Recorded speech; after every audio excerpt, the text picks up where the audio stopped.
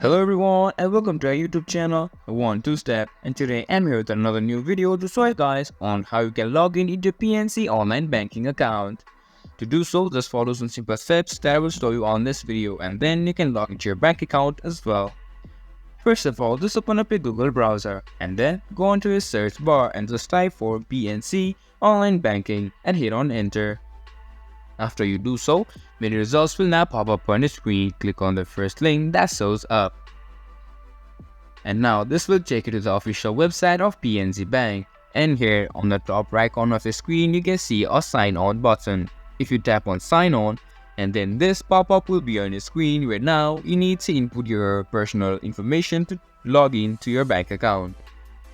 Here, just input your user ID and passport. But in case you forgot your ID or passport, you can use this button, Forgot ID or Passport, to help you reset and retrieve it.